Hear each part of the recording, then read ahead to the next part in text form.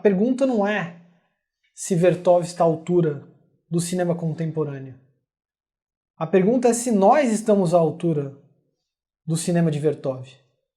Um cinema que ainda é o nosso futuro, um cinema do futuro, futurista, em relação ao qual o cinema atual, o panorama contemporâneo dos filmes, não passa de um passado obsoleto. Godard dizia que não há política revolucionária sem uma estética revolucionária, que não adianta nada filmar ou apresentar conteúdos, temas, propósitos declarados, militantismos, engajamento, sem uma estética que esteja à altura, que dê conta dessa transformação. É necessário revolucionar a sensibilidade, promover uma revolução estética antes de qualquer política que possa de alguma maneira afirmar um novo conteúdo. Então, o que significa um filme crítico? Significa pensamento crítico, engajado, ativista. Não significa nada. Não significa nada se estiver dentro de uma estética do mundo atual. Dentro de uma estética que não revoluciona ela própria, a realidade, esse conteúdo crítico, esse suposto pensamento crítico, ele não passa de um elemento da paisagem, perfeitamente acomodado à permanência das coisas como estão. E de pouco importa também críticas que não passam de adjetivações. Adjetivar um filme, uma obra como conservadora, ou como machista, ou como racista, nada disso importa se a estética na qual se pretende afirmar não estiver à altura da transformação em relação a essa realidade. Se fala muito que os filmes de D.W. Griffith, eles são filmes reacionários, filmes ligados a um projeto norte-americano de poder, ou até mesmo filmes com conteúdos racistas, uma crítica que vem desde a época.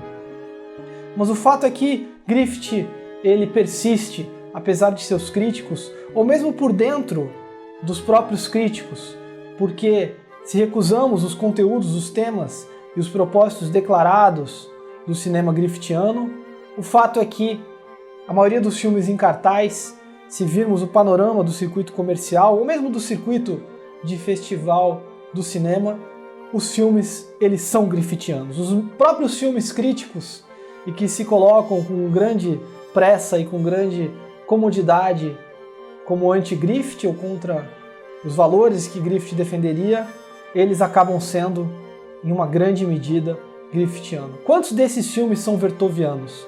O quanto do cinema contemporâneo é vertoviano? O quanto se construiu de uma estética que possa realmente ser uma ruptura contra os modos de sensibilidade na imagem?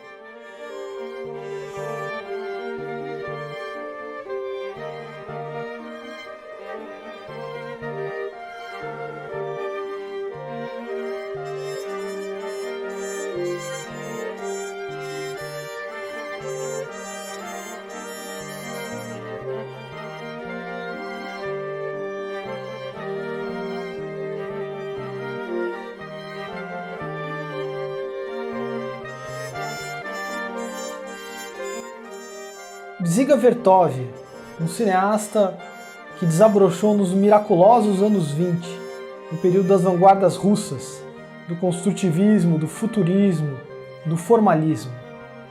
Artistas que não viam o cinema meramente como um instrumento de propaganda, um veículo para conteúdos pré-existentes. Isso seria colocar o cinema a reboque dos interesses do partido, dos aparelhos do Estado ou de uma ideologia qualquer, de uma bandeira. Na verdade, o cinema ele não representa as bandeiras é que nascem da própria imagem. O cinema ele vem na frente. Esses cineastas, diretores, realizadores dos anos 20, eles colocavam o cinema num patamar muito alto. E o cineasta como engenheiro, como construtor de uma realidade que ainda não existe. O objetivo do movimento dos filmes é produzir hoje o amanhã, o tempo do futuro agora. Então de pouco adianta reduzir a crítica de um filme ou de um cineasta aos conteúdos veiculados ou à política ao qual se filiaria o realizador ou o próprio filme. Isso seria reduzir a crítica estética, a crítica da representação. E no fundo implica um ato de desamor com o próprio cinema, desdenhá-lo como um simples instrumento, uma simples ferramenta de representação. E não como um vetor criativo, como um espaço estético, onde as formas da sensibilidade elas estão em plena invenção. Então, quando falamos desses anos 20, desses anos maravilhosos, do desabrochar do cinema soviético, do qual Dziga Vertov faz parte, não estamos falando de um cinema político, como se o político fosse um adjetivo a ser acrescentado a um cinema de outra forma não político, mas sim de toda uma política do cinema, que coloca o cinema na vanguarda da transformação do mundo, do nascimento de uma nova realidade, na frente mesma dos devires revolucionários dessa época. E Vertov, mais do que ninguém, ele é um dos cabeças, um dos principais cineastas dessa escola que apostava num cinema que é a revolução e que não é meramente revolucionário. Ele apostava e vivia isso como um risco, uma aventura, um grande amor por um cinema.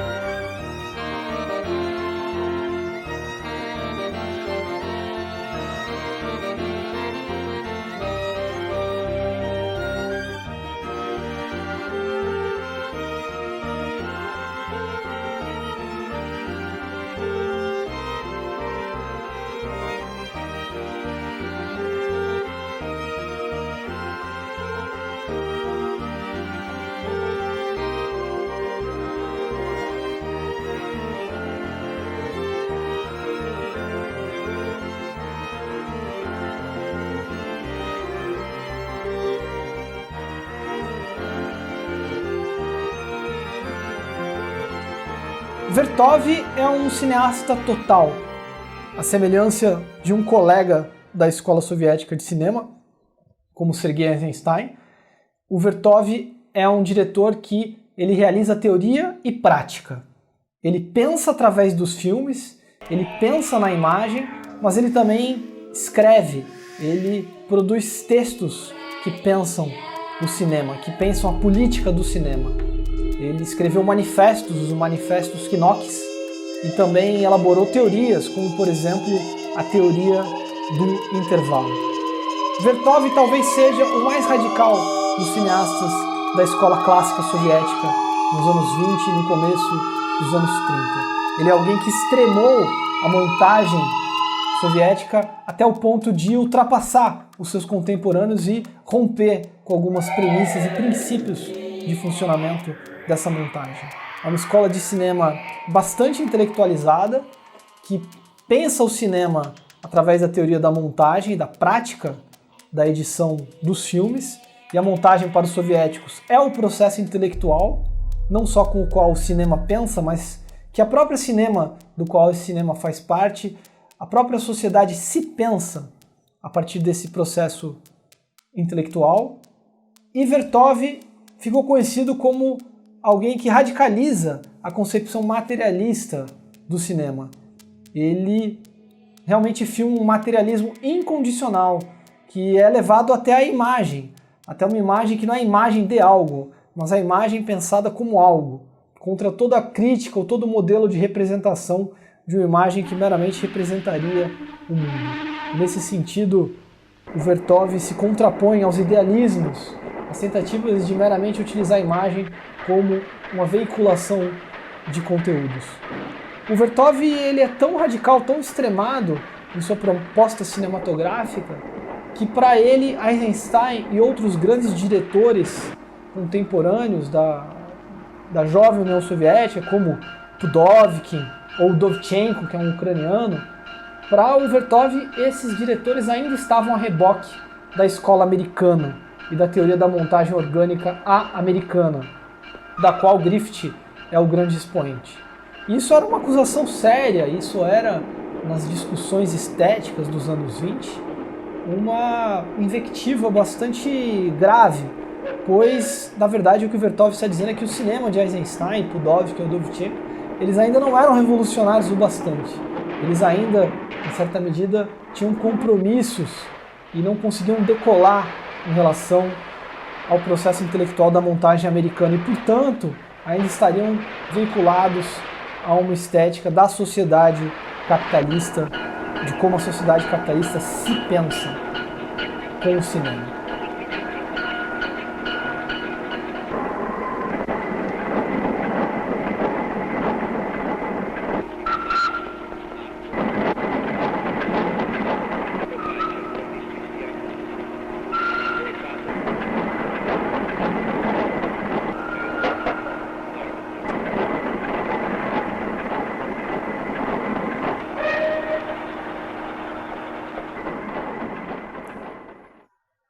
Para Vertov, ver é ser. Quer dizer, a maneira de perceber, a percepção, ela não significa simplesmente um olhar sobre o mundo, como se existisse o mundo e depois diversas perspectivas, diversas visões a respeito do mundo. Isso seria rebaixar a percepção como algo secundário que vem depois da realidade do que existe. Não. Para Vertov, como a percepção é o vínculo com o mundo, a própria percepção, o ver mesmo, ele é um modo de existir. Em toda visão se embute uma ética.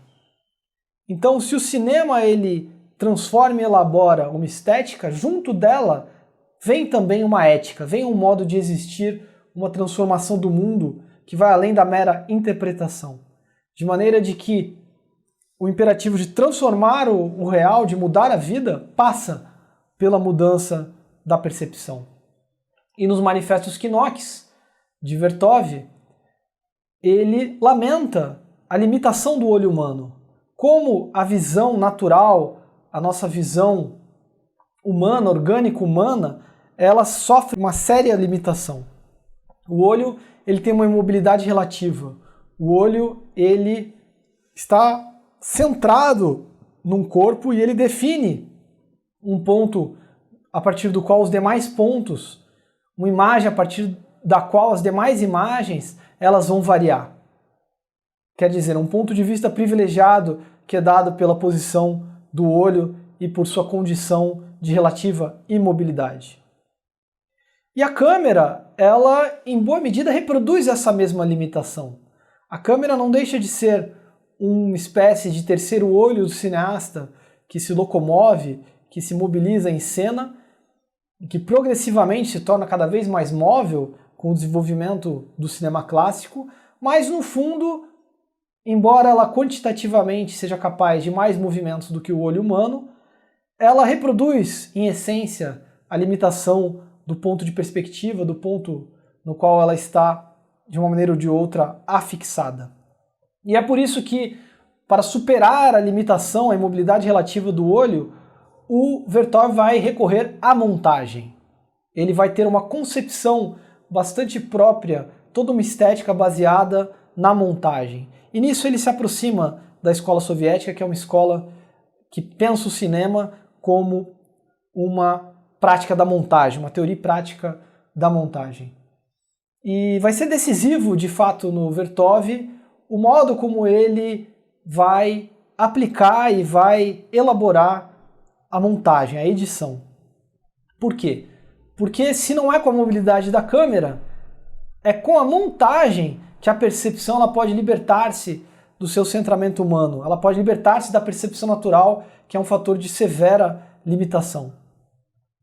E contrariamente a teóricos ou cineastas que entendem que o uso excessivo ou recurso frequente à montagem não passa de uma trucagem, não passa de uma prestidigitação imagética que viria a comprometer ou mesmo inviabilizar a integridade de uma realidade, de um real, e que, portanto, são minimalistas em relação à montagem ou mesmo se colocam como defensores de planos longos, de planos sequências, onde a montagem ela é minimizada. Vertov, assim como seus colegas do movimento soviético, se colocam diametralmente contrários. Ao contrário, na verdade, é a montagem que vai dar acesso ao real. É a montagem que vai permitir atingir uma realidade que é sobre-humana, que existe independente do centramento humano, que vai poder se descentrar, que vai poder explorar o tempo e o espaço independente das coordenadas do olho humano. O humano nada mais é do que um recorte possível, uma atualização entre outras um determinado grau de tensão existencial da matéria, mas certamente não é o único e certamente não deve ser privilegiado na reconstrução radical do mundo que esse cinema propõe. Então, se podemos sintetizar numa manobra a teoria prática da montagem vertoviana, poderíamos dizer que, em vez do olho imóvel humano, se trata no seu cinema do olho inscrito na matéria. Mas não na matéria estática, na matéria que se move, na matéria que flui, na matéria movente, no esquema motor do universo material no qual o ser humano existe, mas que não é o centro, que não tem uma posição privilegiada. Um mundo que não é antropocêntrico, pelo contrário, ele é descentrado, ele se espraia num descentramento generalizado. Quer dizer, é um cinema que vai perscrutar um sistema material acentrado e, nesse sentido, busca imagens-percepção objetivas, mas que não são objetivas no sentido de que a ausência de um sujeito, a ausência de um fator subjetivo, seja um menos, seja um decréscimo. Não.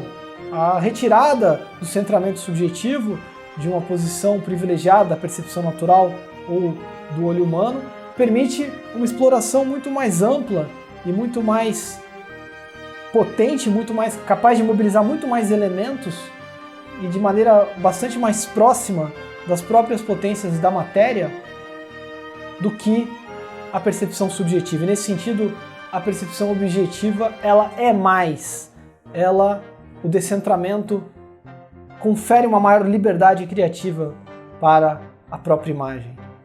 Então, poderíamos lembrar da aula em que discutimos como para Bergson, na teoria da imagem de Bergson, independente de um observador, independente de um olho que olha, já existe uma fotografia tirada no coração das próprias coisas, ela apenas não está revelada, mas cada coisa tem de si uma imagem, cada coisa está dobrada em si própria numa imagem objetiva, independente de qualquer observador.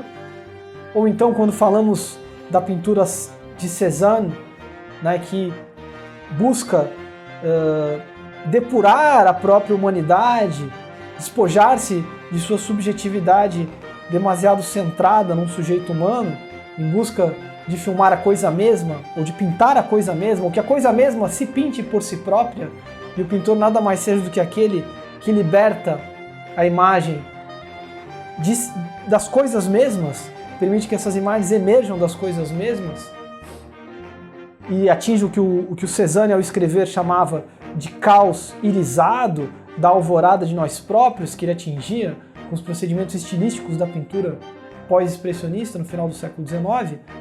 O Vertov, no cinema soviético, já nos anos 20 do século 20, ele vai transportar essa teorização bergsoniana da imagem e essa prática da pintura de Cézanne para o cinema, e vai buscar construir a percepção interna às coisas mesmas, mas as coisas que são movimento, as imagens movimento. Colocar um olho dentro da matéria que se move, um olho cinético, ou o cineolho, como ele próprio afirma, kinoglass.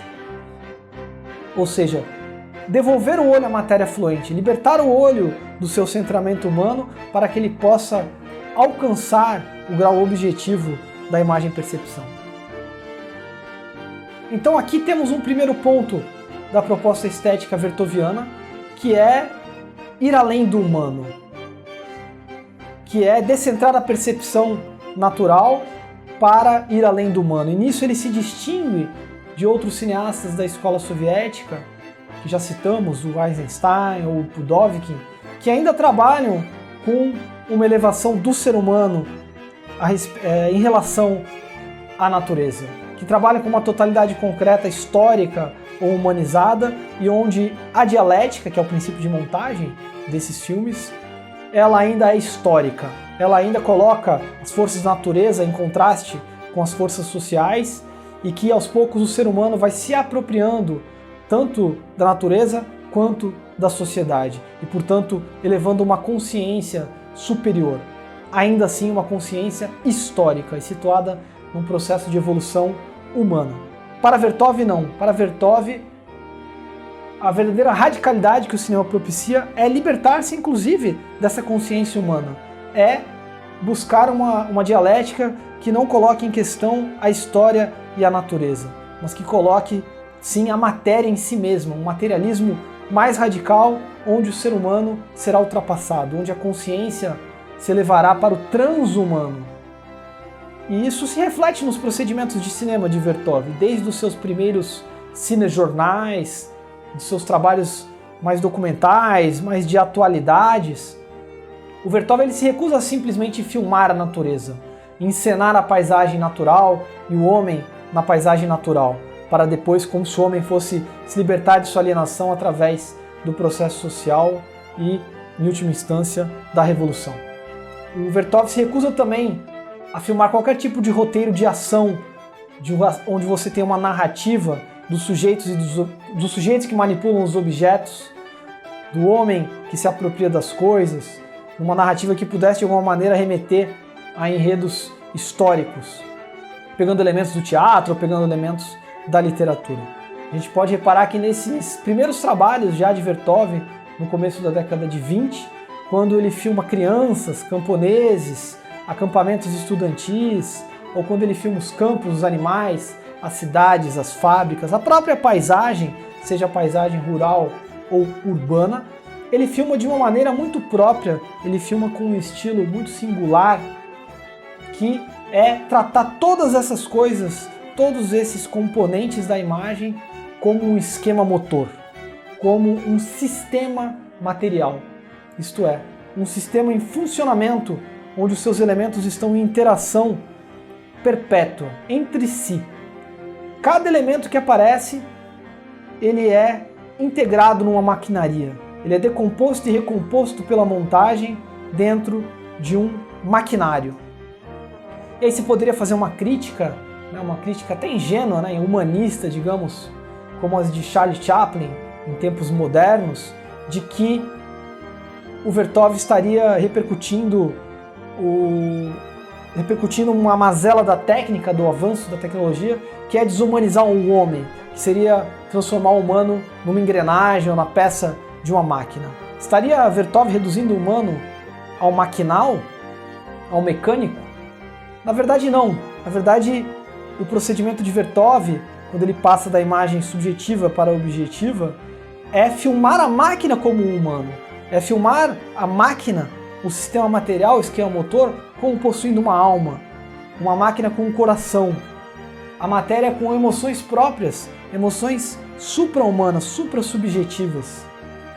E o próprio ser humano, ele não é maquinizado, ele é decomposto em seus elementos e depois reorganizado e recomposto com os demais elementos das fábricas, das cidades, dos campos, dos elementos que aparecem na imagem. O ser humano, ele é descentrado e depois recombinado em novos agenciamentos materiais, como se filmasse uma criança como uma cidade, uma mulher como uma fábrica, um animal como um transistor. Cada elemento orgânico ou mecânico é tratado como uma peça do tipo de transmissor ou conversor ou transformador ou catalisador. De maneira que essa combinação de componentes materiais, esse grande esquema motor, ele vai variar de direção, os elementos vão determinar mudanças de velocidade, de sequência, evolução para novos estados, operação de uma série de transformações. Se ele filma uma criança, não é exatamente uma criança individualizada ou uma camponesa específica. Ele filma, sim, uma criança molecular ou um cavalo maquínico, enfim, um agenciamento no qual os elementos estão recombinados em função de uma outra lógica, que não é mais a lógica de sujeito e objeto, de coisas manipuladas por um ser humano. E nesse sentido, se podemos dizer que Vertov é um construtivista, e essas vanguardas dos anos 20, não só no cinema, são bastante construtivistas, o artista é um construtor, é um construtivismo que vai além do humano, é um construtivismo que desconstrói e reconstrói os seres, as coisas, os objetos, em função do esquema motor, em função do agenciamento maquínico. Então poderíamos dizer que a dialética vertoviana se diferencia das demais montagens dialéticas da escola soviética, porque aqui nós temos a dialética uma dialética na qual os polos são, de um lado, um olho sobre-humano, que está nas coisas, que é o olho cinético, ou o cineolho, e que não é simplesmente um olho melhorado, um processo quantitativo, mas sim uma nova qualidade da visão, e que implica, assim, uma nova realidade, um novo modo de ser. E no outro polo, a matéria, que está aquém e além de sua humanização, além e aquém de sua apropriação pelo sujeito humano. Uma matéria aquém do humano e um olho sobre-humano. Buscando assim reconstruir o mundo, revolucionar o mundo segundo as articulações reais dos próprios movimentos, em muitos graus de tensão, mesmo aqueles que não são humanos. E esse construtivismo, ao contrário do que se poderia supor, ele nada tem de arbitrário. Ao invés disso, ele segue as nervuras do real, ele segue os estriamentos, o ponto onde o Vertov vai cortar, onde ele vai frear, acelerar, mudar a direção. Todo o trabalho dele de conectar, de ligar esses agenciamentos, vai buscar seguir uma lógica dada pela própria matéria, por suas nervuras. E nesse sentido a montagem ela é vital, não vamos evitar a montagem, ao contrário, empreguemos a montagem ao máximo, porque somente com a montagem é possível reconstruir esse real, esse inconsciente maquínico que está no coração palpitante da matéria.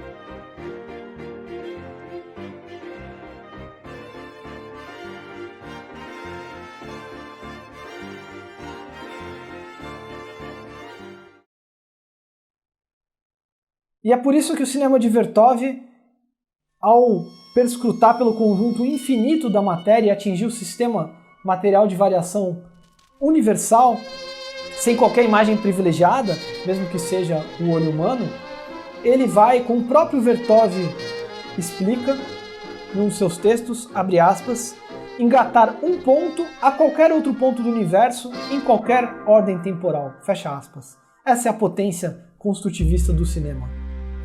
Isto é, para cada ação encontrar a reação onde quer que ele esteja, para cada movimento encontrar o seu correlato, mesmo que saltando por grandes distâncias, mesmo que atravessando níveis temporais variados. Ainda Vertov, abre aspas, encontrar na vida a resposta ao tema tratado, a resultante entre os milhões de fatos que apresentam uma relação com o tema, vendo assim sem fronteiras nem distâncias, fecha aspas. Um filme onde se exemplifica essa concepção vertoviana é um filme de 1926, A Sexta Parte do Mundo. E a sexta parte do mundo aqui seria justamente o território da União Soviética, e bastante diverso, com uma diversidade gigantesca de povos, populações, continentes, de plantações, rebanhos, de culturas diferentes que estavam contidas nessa sexta parte do mundo, em 1926. E o filme do Vertov vai correlacionar essas imagens. Mesmo objetos longínquos, mesmo sistemas incomensuráveis do ponto de vista da percepção humana, mas que o Vertov, através da sua prática da montagem, ele vai colocar em relação, ele vai colocar em interação. E, portanto, transformando isso num grande mecanismo, mas um mecanismo que tem uma liberdade construtiva, um mecanismo que é um agenciamento maquínico de indústrias, trocas, populações, rebanhos, uma visão feérica do que seria o agenciamento soviético. Num espaço não dimensional, onde as distâncias,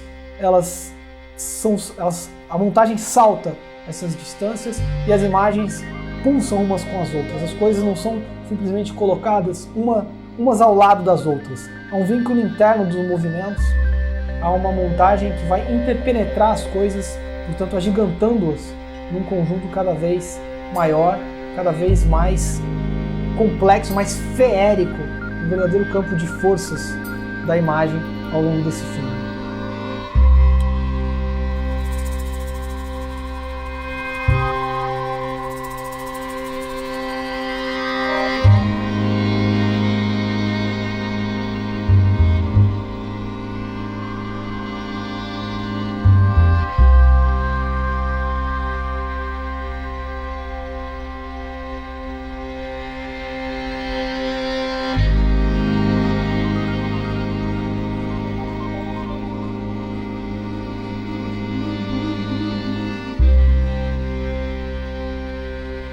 Ziga Vertov desenvolveu também uma teoria a respeito do intervalo, ou seja, o que existe entre dois movimentos, o que se coloca justamente nessa interface, ou nessa membrana imagética entre duas imagens em movimento, o que define a variação entre um movimento e outro, o ponto em que a imagem ela determina uma variação quantitativa, ou então uma aceleração, ou uma câmera lenta, onde a imagem se detém, onde ela introduz uma pausa, onde ela define um ritmo, enfim, ou produz uma evolução de estados, enfim. O momento em que a imagem ela tem uma mudança, o todo da imagem ela muda. E o Vertov considerava o intervalo como decisivo na construção do cineolho. Por quê?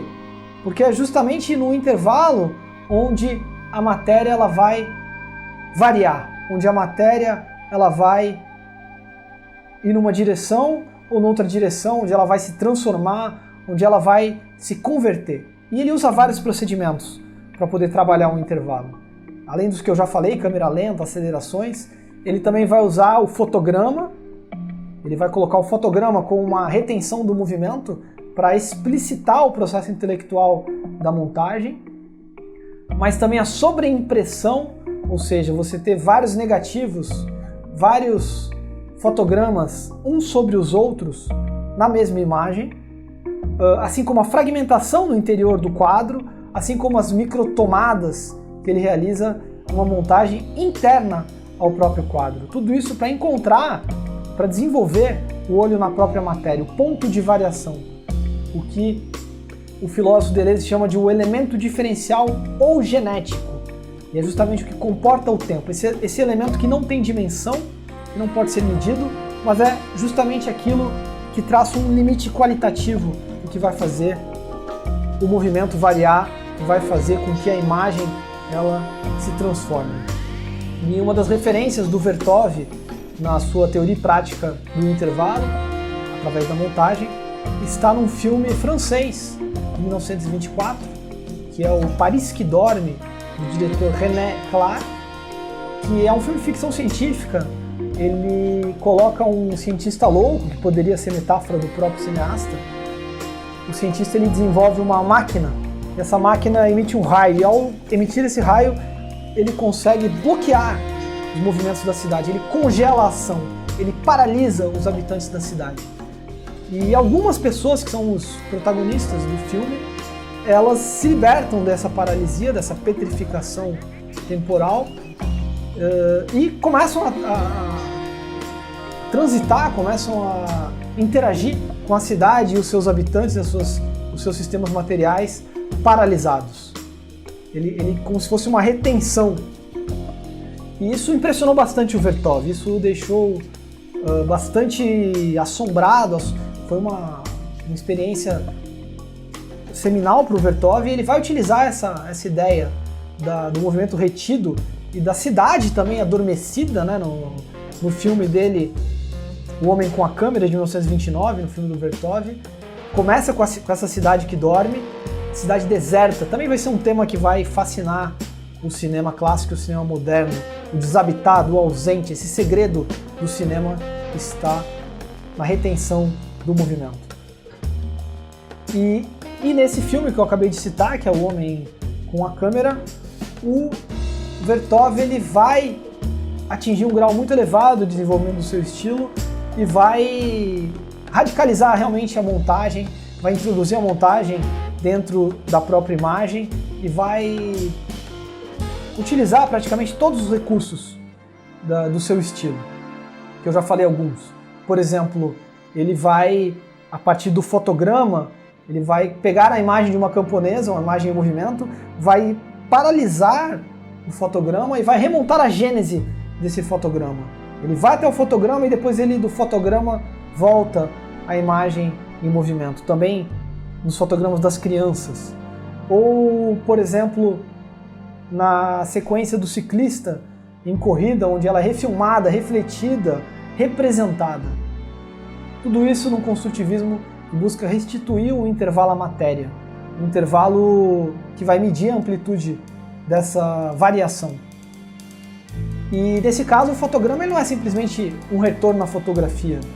Na verdade ele é um avanço em relação ao próprio cinema clássico, que vai reconduzir ao fotograma a sua gênese, que vai remontar o elemento diferencial e genético da imagem em movimento e, portanto, estudá-lo em seus vários momentos, antes da filmagem, na escolha dos materiais, durante a filmagem, a partir do posicionamento da câmera e das escolhas em cena, mas também depois da filmagem, na sala de montagem e na própria exibição do filme para os espectadores. Todos esses momentos, eles são mostrados, eles são explicitados em seu processo no filme O Homem com a Câmera, onde é mais do que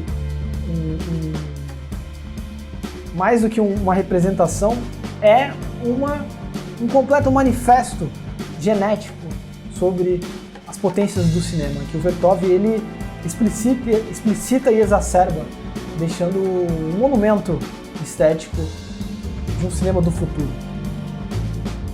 E ele também utiliza outros recursos, como a sobreimpressão, que também aparece na escola francesa clássica, na escola mecanicista ou cartesiana, né? Nós discutimos isso em outra aula, a partir dos filmes do Abel Gance, como Napoleão, que utilizam a sobreimpressão para produzir um efeito simultaneísta, que consegue ultrapassar a percepção humana, ultrapassar os limites, as capacidades do ser humano de perceber e, portanto, chegando a um sentimento de sublime. Mas em Vertov a sobreimpressão, ela ao invés de bombardear a percepção para atingir o sublime, como no cinema francês clássico, ela tem outra função. Ela tem a função de colocar muitos pontos, multiplicar o número de pontos materiais em interação, mesmo pontos distantes, e a partir de um diferencial do movimento físico, chegar até o elemento celular, até o grão da matéria, né? Levar até justamente os elementos mínimos, os desvios mínimos que definem a fonte dos movimentos, a origem dos movimentos, o grão da matéria que é alcançado na sobreimpressão vertoviana, ou seja, é um movimento físico mesmo que vai a partir da dialética na própria matéria ultrapassá-la até os seus elementos mínimos constituintes. Então, se pudermos sintetizar o programa vertoviano, um programa que para o Deleuze ele realiza o primeiro capítulo de Matéria e Memória do Bergson. Na verdade, o Vertov seria nesse sentido o Bergson do cinema, e talvez o Bergson seja o Vertov da filosofia, aqueles que construíram na sua obra filosófica ou então na sua obra fílmica o plano de imanência das imagens movimento, isto é, aquelas imagens que não mais estão referidas a um intervalo, a uma imagem privilegiada, mas que existem em si e que, portanto, alcançam uma elevadíssima potência criativa, porque na medida em que eles podem construir e criar essas imagens em si, a partir daí se criam novos horizontes dos vários avatares da imagem, a imagem ação, a percepção e a imagem afecção. Se podemos sintetizar o programa vertoviano bergsoniano, ou o ponto de vista bergsoniano sobre o programa cinematográfico vertoviano, seria transportar a percepção para a matéria. Levar o olho para dentro das coisas. Não um olho estático, como na pintura de Cézanne ou na fotografia, mas um olho movente. Né? Reconstituir a imagem movente, a matéria fluente. Nesse sentido, a imagem percepção objetiva, ela tem um altíssimo grau de intensidade e de mobilização. A imagem percepção objetiva, mas que ao mesmo tempo um máximo de movimento, movimentos infinitos que percorrem a matéria fluente, saltando distâncias e saltando níveis históricos. Chegando assim muito além dos limites humanos do esquema sensório-motor, num regime de variação universal de um mundo não humano e de um olho sobre-humano. É o que o Deleuze chama do sublime material de Vertov. Um sublime material que, portanto, ultrapassa, supera a dialética entre homem e natureza, a dialética entre natural e social, ou a dialética industrial, da evolução industrial dos outros cineastas da escola dos anos 20 na União Soviética. E aí a grande questão que se coloca é Estaremos à altura de Vertov? Como poderíamos, de uma maneira ou de outra, tocar esse estilo, essa potência criativa do cinema vertoviano hoje? Porque o cinema vertoviano, ele, embora reconstituísse um agenciamento maquínico da imagem, ele ligava esse agenciamento maquínico a um agenciamento de enunciado, a uma enunciação que era a nova comunidade futurista ou comunismo formal propagado por Vertov. Obviamente que não é o comunismo que aconteceu historicamente, né? Esses devires revolucionários dos anos 20 foram esmagados, foram suprimidos, esmagados sobretudo pelo stalinismo, mas também pelo leninismo e pelo trotskismo, de maneira que hoje a Revolução Soviética, o que lembramos dela é Chernobyl, o que lembramos dela é o Gulag, o que lembramos nela foi um Estado totalitário. A própria ideia de revolução hoje, a crença nela é muito diferente daquela que existia nos anos 20. Não é o mesmo vínculo no mundo, não é o mesmo modo de ser falar disso hoje do que falar nos maravilhosos anos 20 do século passado. Então talvez a questão que se coloque, e aí fica realmente a inquietação e a dúvida lançada, o que substituiria o enunciado do comunismo formal? Qual seria o enunciado à altura? Qual agenciamento coletivo de enunciado estaria à altura do agenciamento maquínico do cinema vertoviano? Qual construtivismo para os dias de hoje? Como estaríamos extemporâneos com Vertov no panorama do cinema, no panorama político contemporâneo?